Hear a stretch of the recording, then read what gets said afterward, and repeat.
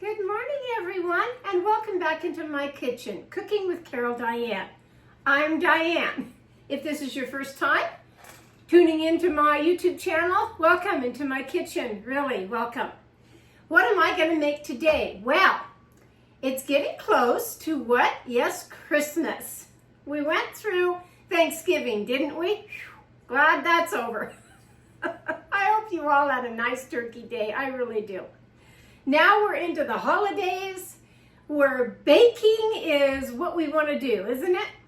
Okay, so today, simple little recipe. I'm going to make thumbprint cookies. They're really easy, they really are.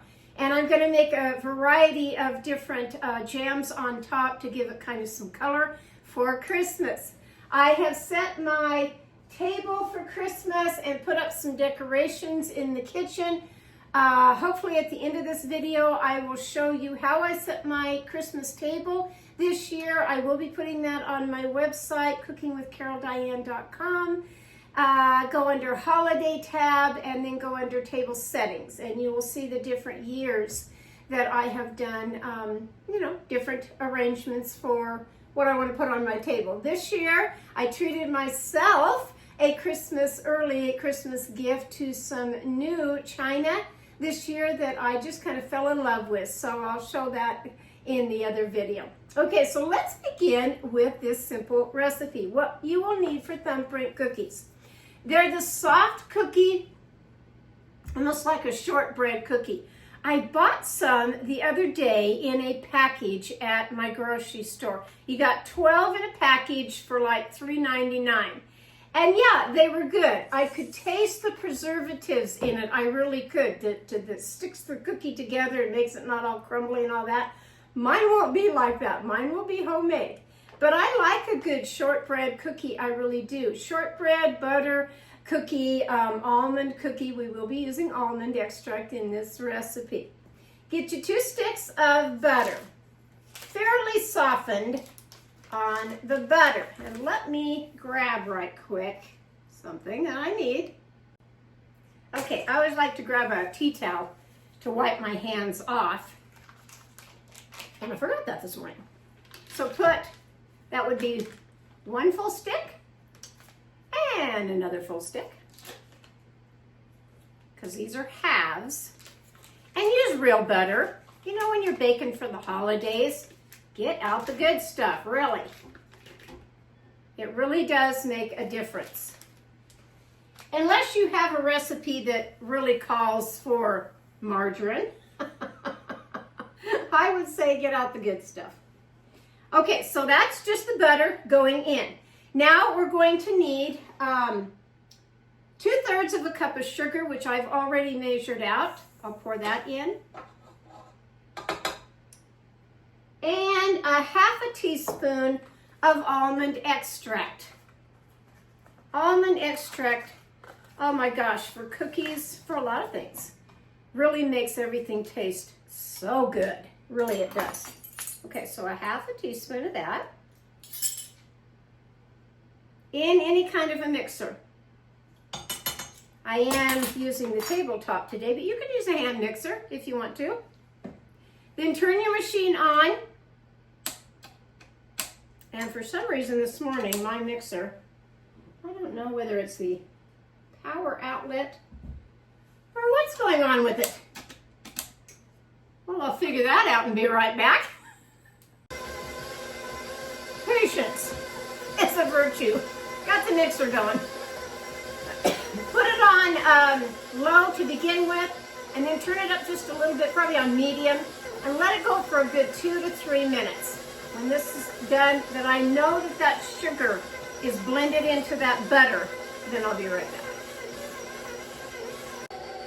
Okay, I let that go for a good 2 minutes at least. I know that sugar is well blended into that butter, and you really do need that. Now take 2 cups of flour, all-purpose flour. There's 1. There's 2. And 1/4 teaspoon of salt. And mix that in. Now you want to mix this until it forms a dough look. So turn this up a little bit.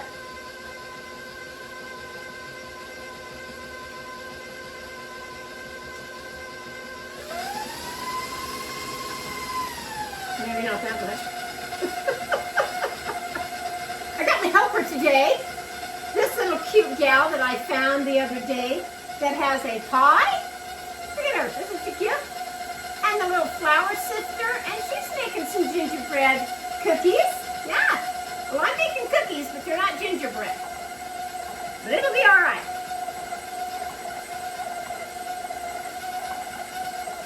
That butter will start blending in with the flour, really nice. That's what you need.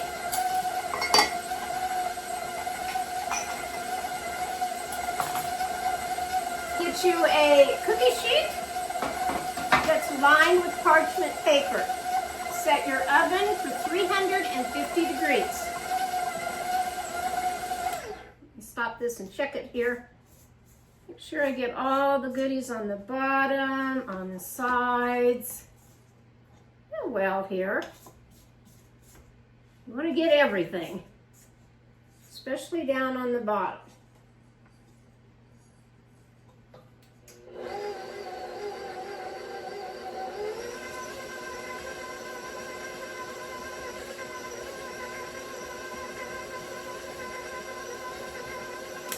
Okay, that's pretty good. Just where it kind of sticks to the beater, like what this has. Pretty good. Smells good because why? Of the almond extract. Yeah, that smells pretty good. Okay, want to take it off of there. Make some room in my kitchen. Now I want to take, just a little ball size, probably about a tablespoon, say. Roll it up into a ball. See that? And place that onto the cookie sheet. A whole bunch of them. Now, if you feel like your hands are too warm on the dough, you need to keep, butter needs to stay cold. You can refrigerate this for a little while before you ever start putting the jam on these. But I think I'll be all right. Just go all the way down with it. That out of the way. Yes, I hope everybody had a nice Thanksgiving. I did. 11 people at my table. Family, friends, and it was very enjoyable. Lots of food. Yes, it was a lot of work, but I had helping hands, so that was great. Now, starting December, I go out to lunch with a group of ladies. And this year we decided, we've already been out to lunch once for December, but we decided to have our little, what we call a little Christmas party where we exchange a gift.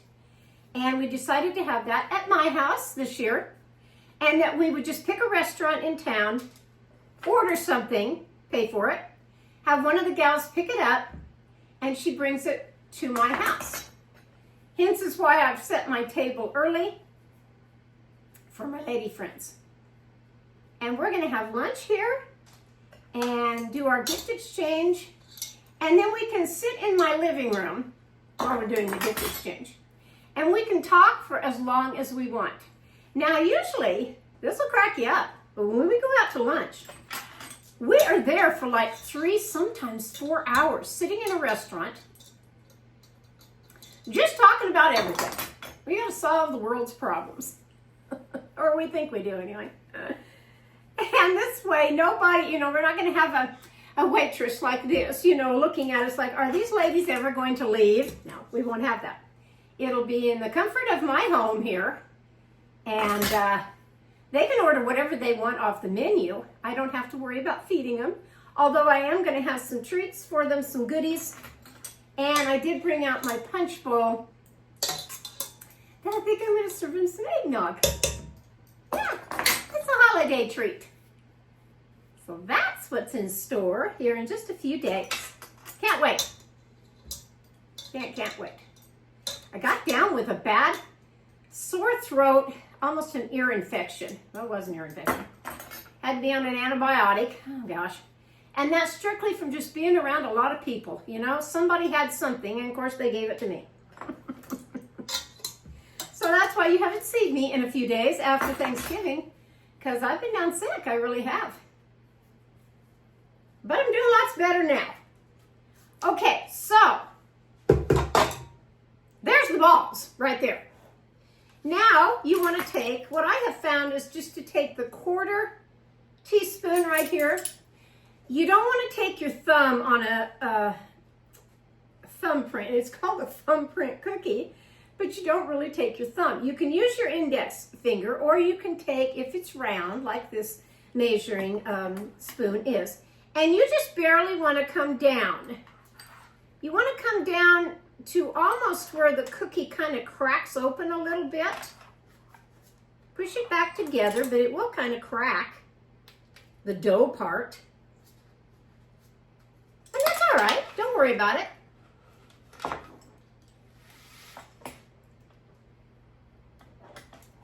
But you want the hole, the well part of the hole in the middle here for your jam. So I just kind of push it back together.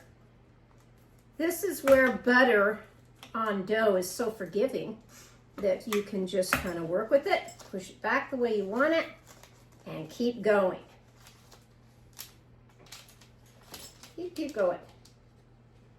They don't have to be perfect, really. They don't. They're going to taste good. Smash that one down just a little bit. Push it back together. Now take whatever jam that you like. Lots of people take the raspberry, of course. You can take it with or without the seeds in it. I like the seeds in mine. I really do. I like that. So say I'm going to put, I don't know, just a few here of the raspberry. That in there.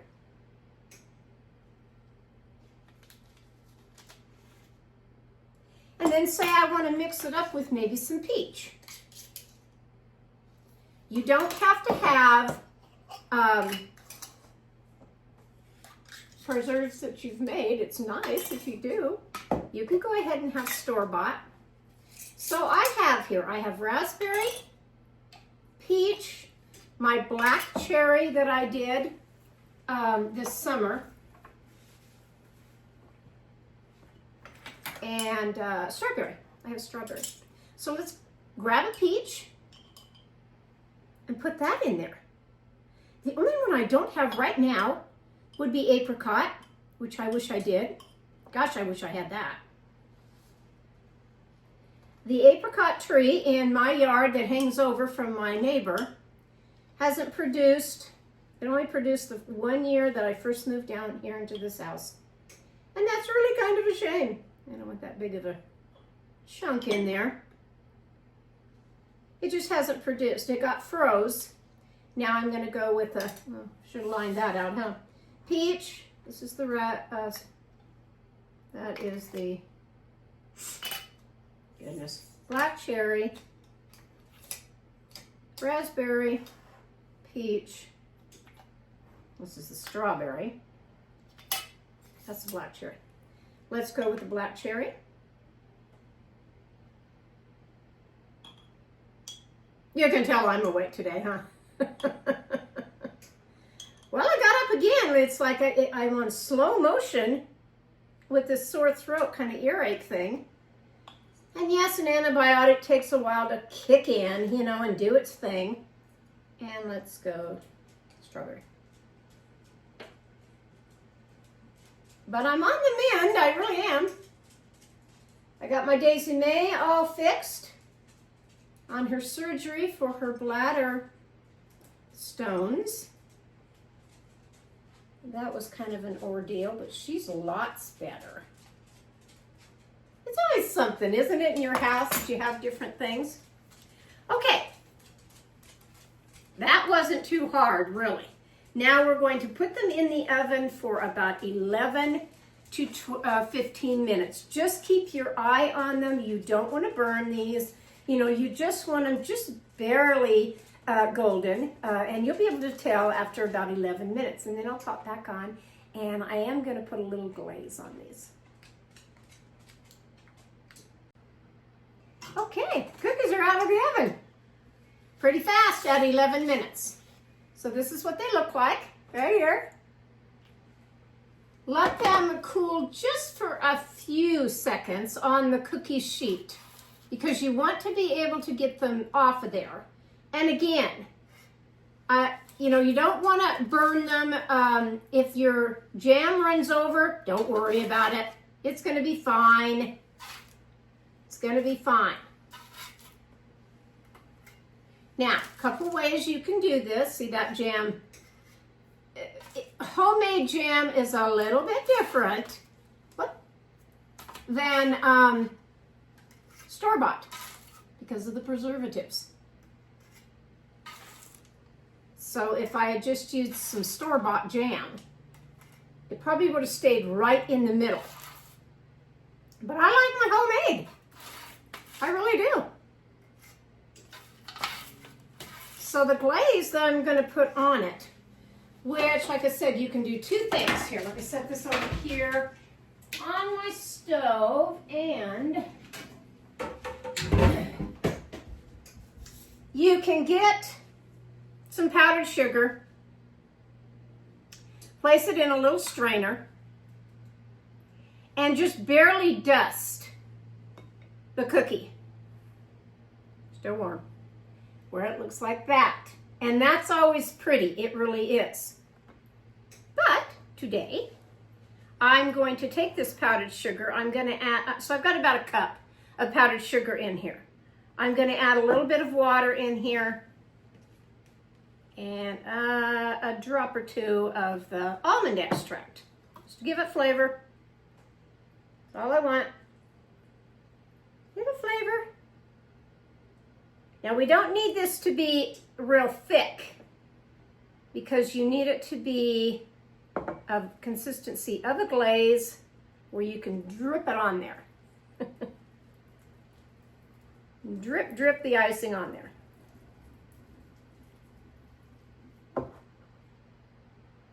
Pretty good. Now, two ways you can do this. Put this in a pastry bag or a Ziploc bag.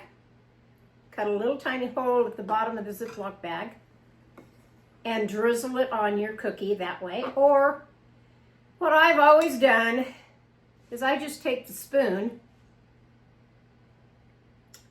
and I let it fall off the spoon. So it's kind of thick. And I don't want very much on there. I just want enough to make it look like, oh yeah, there's a little bit of frosting on there. See? See if I can get that too close to you. Then take a nice pretty Christmas stand of a plate and set your cookie, whether it's with icing or, like I said, powdered sugar. The powdered sugar, do it over here. Powdered sugar doesn't look bad either. So if you only wanted to do, let's get just a little tiny bit more water in that. Not much, doesn't take much. There we go. Maybe you want to go every other one of your icing. These are so good. I am telling you, these are so good. What did I do with that?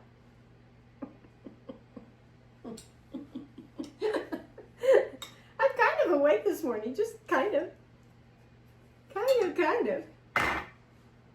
Again, do some powdered sugar on that one. And I don't do it all on the whole thing of the cookie. I only do it like on 1/2 side of the cookie.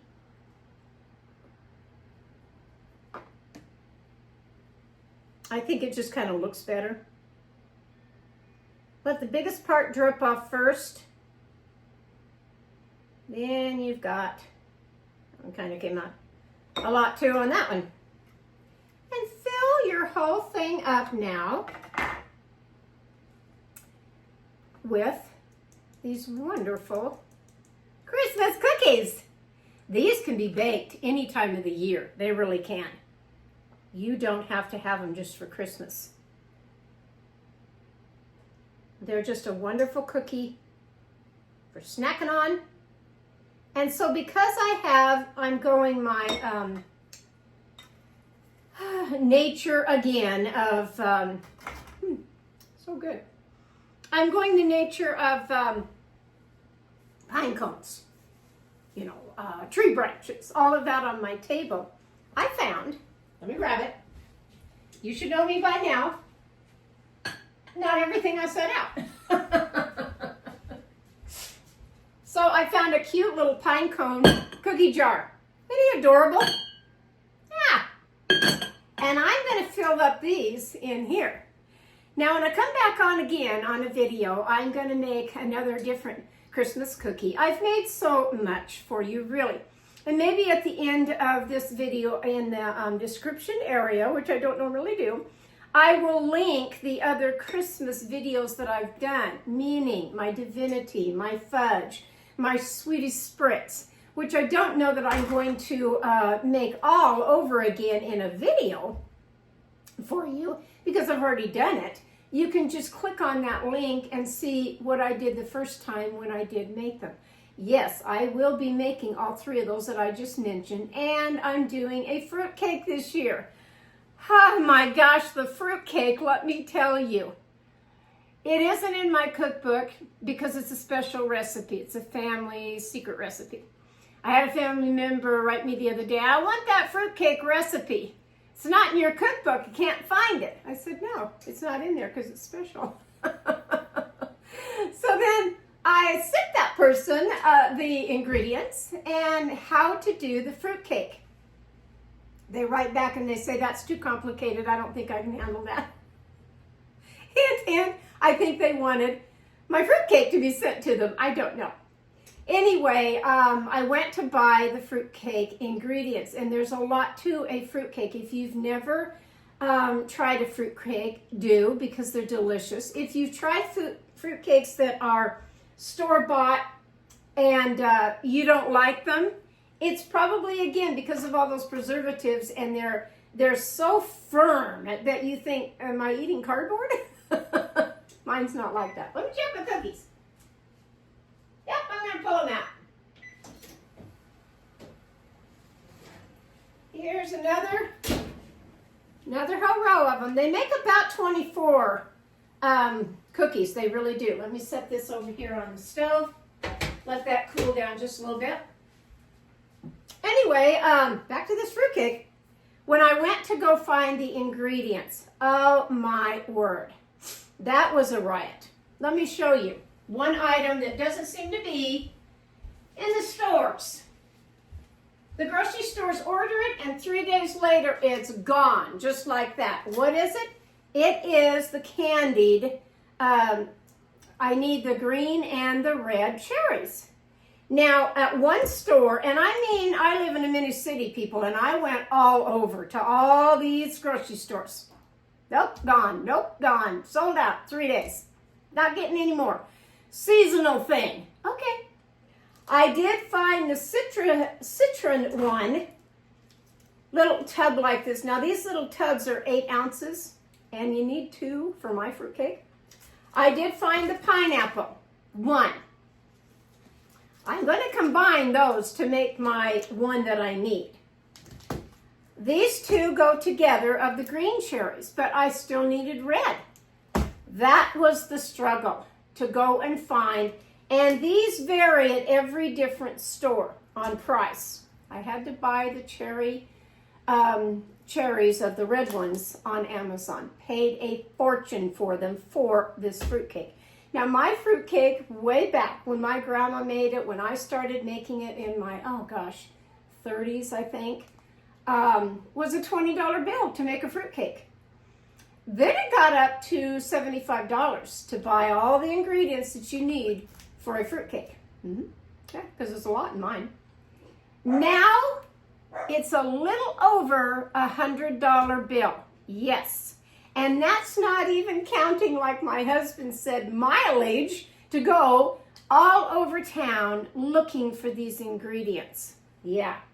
So I'm on the hunt for, well, I was on the hunt. I had to order that on Amazon. Everything else is bought and paid for. It's ready to be made. But first I want to get my divinity done. I want to get my fudge done. A couple more cookie recipes that I'm going to be doing. And then I'll attempt that fruitcake, maybe, hopefully. But today's video are these delicious, delicious thumbprint cookies. Make them any way you want to with any jam that you have, jam or jelly. Put the glaze on it if you want. If you don't, that's fine too. Just sprinkle the powdered sugar on them because they're going to look pretty that way too. At the end of my video, I'll show you my Christmas table. I hope all of you are enjoying your start to the Christmas holiday season. Put on some jolly Christmassy music, because usually that's what I do when I'm baking, but not in the videos, I don't. I started this morning with some nice Christmas music, and I thought it might be just a little bit too loud or too, I don't know, overbearing for the video, so I turned it off. But I do wish that you'd go make these cookies and enjoy them. Fill a cookie jar up of whatever one that you have, and begin your holiday season. I'll catch you next time. This is from my kitchen to yours. This is Cooking with Carol Diane. Bye-bye now.